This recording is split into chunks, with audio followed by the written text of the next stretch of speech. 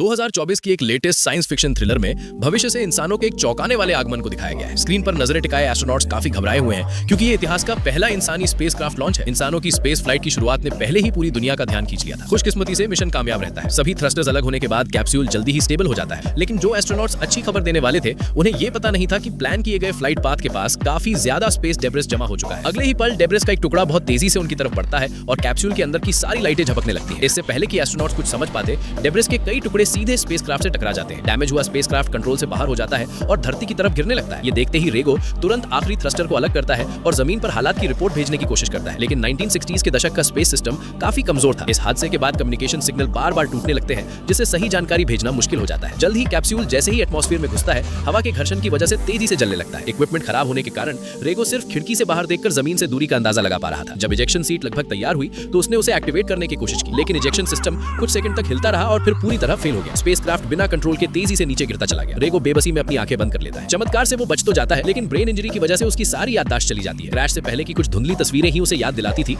कि वो एक एस्ट्रोनॉट था। डॉक्टर उसे समझाते हैं कि क्योंकि रेगो स्पेस में जाने वाला पहला इंसान था, इसलिए उसके सारे मिशन स्टेट सीक्रेट थे। इसी वजह से उसके ठीक होने तक न तो किसी को मिलने की इजाजत है, ना ही उसे बाहर जाने दिया जा सकता है। शुरू में रेगो ने इस बात पर ज्यादा ध्यान नहीं दिया, लेकिन धीरे धीरे उसे कुछ अजीब लगने लगा। उसने देखा कि हॉस्पिटल की सारी खिड़कियां बंद थी और बाहर का नजारा छुपाने के लिए उन्हें सफेद रंग से पेंट कर दिया गया था। डॉक्टर ने बताया कि ऐसा इसलिए किया गया है ताकि कोई जासूस उस पर नजर न रख सके। लेकिन अजीब बातें यही खत्म नहीं हुई। एक रात एक भूखी नर्स आधी रात का खाना खाने वाली थी। जैसे ही उसने रेगो को देखा, वो घबरा गई और जल्दी से खाना छिपा लिया। फिर उसने झूठ बोलते हुए कहा कि उसकी दवा खत्म हो गई है। नर्स के जाने के बाद रेगो ने एक दराज खोली और उसे खाने की एक ऐसी चीज मिली जो उसने पहले कभी नहीं देखी थी। शक बढ़ने लगा। उसने इधर उधर ध्यान से देखा और पाया कि उसके कमरे के अलावा बाकी पूरा वार्ड नकली लग रहा था। उसने पब्लिक टॉयलेट में खाली सिगरेट के डिब्बे और कूड़ेदान में कुचले हुए एल्यूमिनियम के कैन देखे। ऐसी चीजें जो उसने पहले कभी नहीं देखी थी। इन सब बातों ने रेगो को पूरी तरह सतर्क कर दिया। उसने नर्स की दी हुई दवा खाने का नाटक किया, लेकिन असल में उसे मुंह में रखकर बाद में थूक दिया। जब तक वो नर्स और डॉक्टरों की मंशा नहीं समझ गया, उसने चुप रहने का फैसला किया। जल्द ही उसे पता चला कि डॉक्टर उसे बार-बार स्पेस की तस्वीरें दिखाते हैं और डिटेल्स याद करने को कहते हैं कि इससे उसकी याददाश्त लौट आएगी। इस दबाव में सच में रेगो की कुछ यादें वापस आने लगी। उसे याद आया कि उसके सीनियर ने पहले ही चेतावनी दी थी